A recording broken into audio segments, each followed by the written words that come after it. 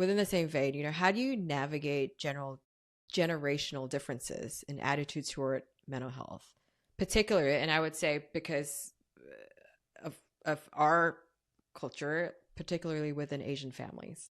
I probably will extend that answer from the previous question that you had asked me about the narratives, right? But even more so to just kind of give more specific from a generational perspective. Um, I would say that when it comes to navigating those generational differences, I think whoever that does come in, and usually the individual that does come in is probably going to be the youngest member of the family. Not because they're forced into, because I think a lot of times many people would not want them to come within family members, as you just said.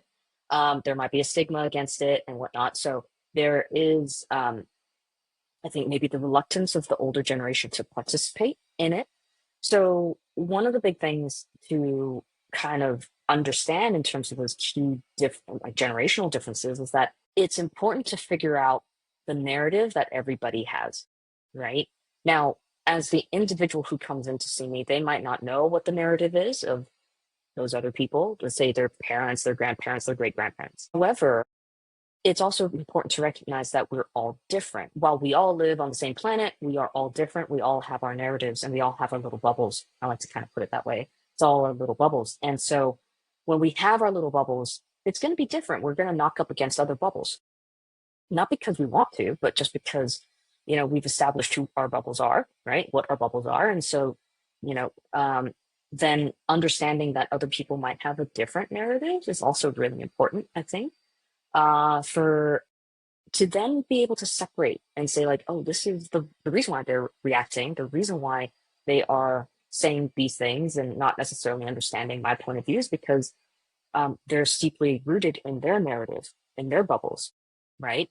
And it's not necessarily that they're wrong, it's just that we're different, right? There are some similarities that hold us together, but we're different as Mm. well. Yeah.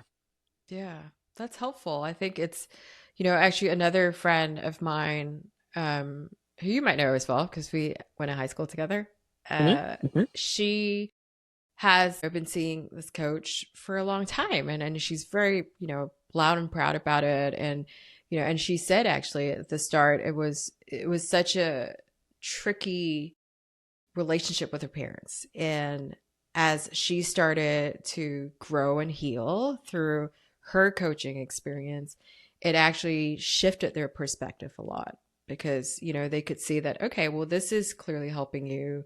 And not just that, but it also, I think, helped them reevaluate their perspective on what healing means, or, what reaching out for help is. And years later, she's saying, she has the best relationship with her family, and even though they were rather traditional in how they thought about reaching out and getting help. So I think that's helpful. And I think one of the things that she said too was understanding that, hey, they're reacting this way because from their experience, asking for help, talking about mental health meant something negative, right?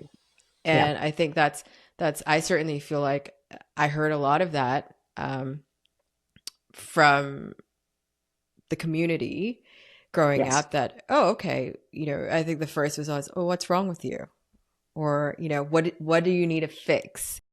Yes. Versus I am taking care of myself and making sure that I'm, the best version of myself. So that is helpful. And I'm hoping that as we talk about this more, it becomes less of a stigma. Like the more we talk about it, hopefully Yeah. people are more receptive to it.